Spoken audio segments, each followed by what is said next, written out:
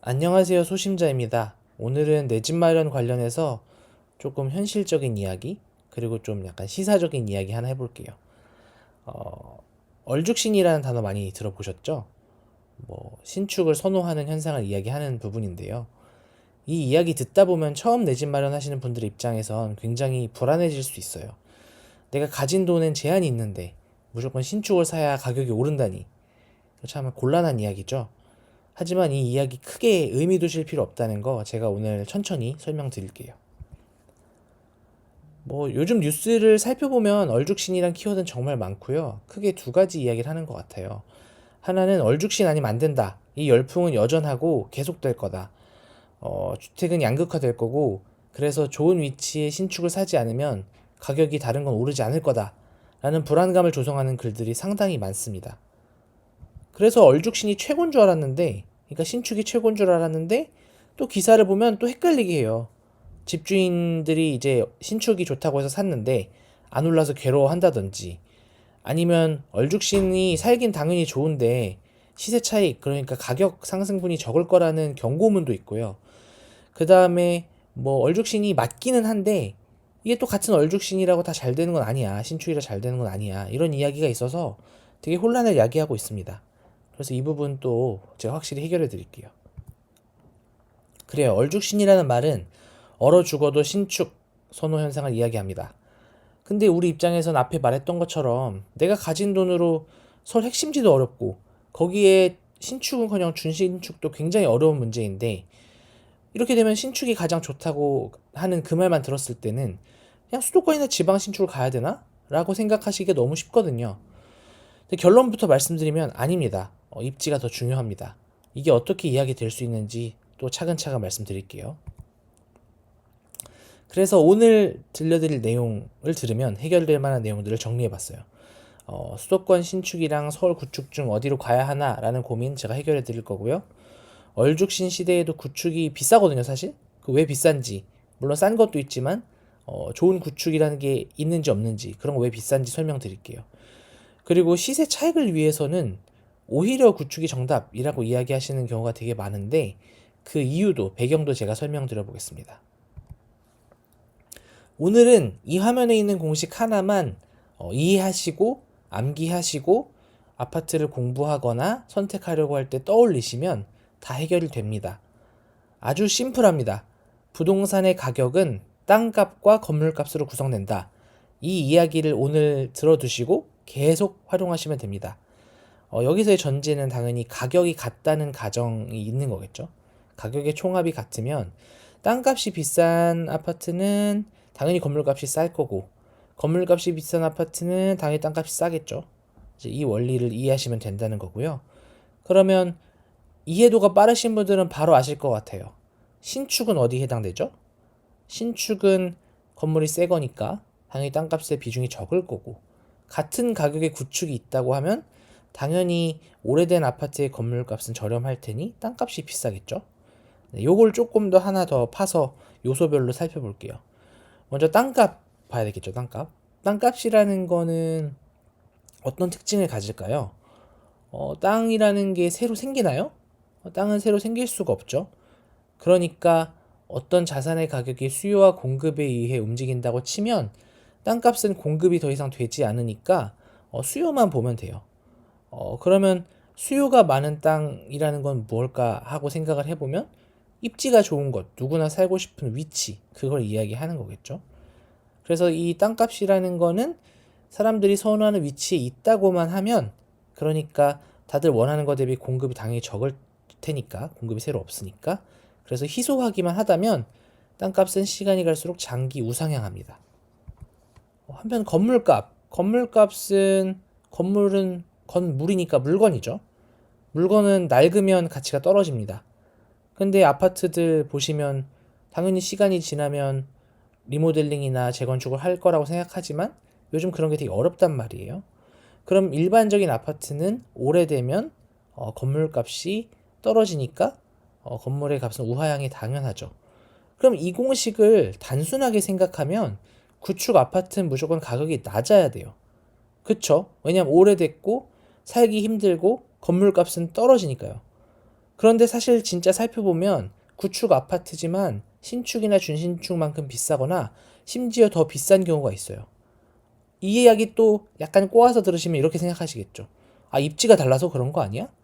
하지만 아닙니다. 완전히 같은 입지, 거의 옆에 붙어 있는 단지여도 그렇지 않은 경우가 많다는 걸 확인하실 수 있어요. 그래서 준비한 것보다 이 이야기 먼저 해볼게요. 자, 옥수동 사례입니다. 성동구 인기 많고, 그 중에서 옥수동은 정말 인기가 많죠. 23년 11월에 어떤 옥수 아파트 가격들을 한번 정리를 해봤어요. 뭐, 대표가 될 만한 아파트들, 그리고 비슷한 옵션이 있다면, 지리적으로 서로 붙어 있는 것들을 가져와 봤습니다. 준신축의 대표 사례는 레미안 옥수 리버젠, 구축의 대표 사례는 옥수 삼성, 구축 중 구축. 이거는 한남 하이츠를 준비해 봤어요.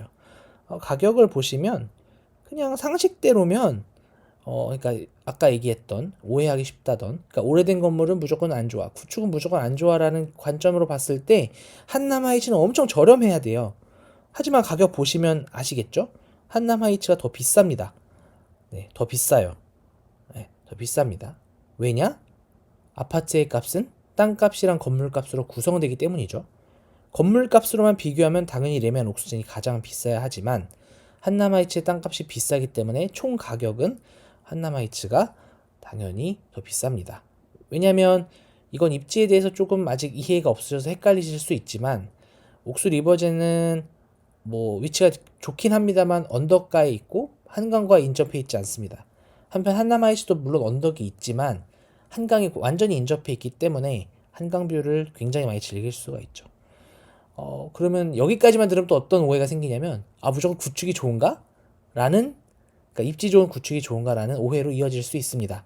하지만 시간이 지났을 때 변화를 한번 살펴보시죠. 같은 단지고, 이거는 25년 1월의 가격입니다. 빨간색으로 써둔 것은 제가 처음에 이야기했던 23년 11월 대비의 가격 변동률입니다. 어떠세요? 뭐 이것도 사실은 구축 오브 구축의 상승률이 좋긴 합니다만 준신축과 구축을 비교했을 때 그냥 일반적인 구축인 옥수 삼성보다는 준신축인 레미안 옥수 리버젠의 가격 상승률이 더 크다는 걸 보실 수 있습니다. 그래서 요 딱 왼쪽 두 개만 보고서 사람들이 많이 이야기하는 거예요. 얼죽신 현상이라는 거는. 그러니까 같은 기간 동안 이제 가격 회복이 준신축이나 신축 쪽이 빨랐기 때문에 앞으로도 계속 그럴 것이다 라는 생각을 하는 것이죠. 하지만 이거에 대해서 투자나 이런 개념이 익숙하신 분들은 의문을 충분히 가지실 만해요. 어떤 현상이 하나의 현상으로만 계속된다라는 건 투자 세계에 잘 있지 않거든요. 그래서 그 부분에서도 이야기해 볼 수 있을 거고, 그 다음 또 구축 오브 구축의 이 상승률을 보십시오. 이거는 어떻게 보면 땅의 가치에 따라서도 가격 변동이 크다는 걸 알 수 있고, 그래서 얼죽신이 무조건 절대적인 진리라고 보기는 어렵다는 사례로 이해하실 수 있겠습니다. 뭐 얼죽신이란 현상이 절대적이지 않다는 거는 이 기사만 보셔도 아실 수 있어요. 뭐 아까 했던 그 스스로 해봤던 질문이죠. 그러니까 얼죽신 현상이 강하니까, 그리고 나는 돈이 부족하니까 서울 핵심지의 구축보다는 수도권이나 지방 신축을 택하면 어떨까라는 관점으로 봤을 때 그럼 안 된다는 사례가 되겠습니다. 10억이던 집값이 5.7억이 됐대요. 신축인데. 왜 그러겠어요? 그 입지가 충분히 훌륭하지 않고, 그래서 그 아파트의 가격을 구성하는 건물값에서는 유리한 부분이 있지만 땅값 측면에서 오히려 수요가 줄어들었기 때문에 매력이 없는 거겠죠. 그리고 또 서울이 아닌 곳들은 비어있는 땅이 여전히 있어요. 그래서 그 주변에 조금 더 좋은 입지에 새로운 아파트가 들어오면 공급도 늘어나는 거죠. 그리고 그 늘어난 공급 안에서 어떤 나의 비교 우위도 상대적으로 낮아지는 거고요. 그렇기 때문에 제가 드리고 싶은 말씀은 이걸 잊으면 안 된다는 겁니다. 부동산의 가격은 땅값과 건물값으로 구성이 되고, 이 땅값에 대해서 잘 이해를 해야 되고, 땅값을 잘 이해한다는 것은 공급이 제한되어 있고 수요가 늘어나는 그런 곳에 있는 단지를 매수해야 된다는 것을 이해하는 것이고, 그리고 우리는 이 수요와 공급이 아주 긍정적으로, 그러니까 공급은 제한되어 있고 수요가 늘어나는 곳을 뭐라고 부르냐면 입지가 좋은 곳이라고 부르게 되는 겁니다. 그래서 오늘 다루진 않겠지만 장기적으로 부동산 투자나 공부를 하실 분들은 입지에 대한 이해를 해야 한다는 얘기를 자꾸 들으실 텐데, 그 입지를 잘 알아야 하는 이유가 부동산 가격에서 땅값이 괜찮을 곳을 골라내는 것이 핵심이기 때문인 거죠.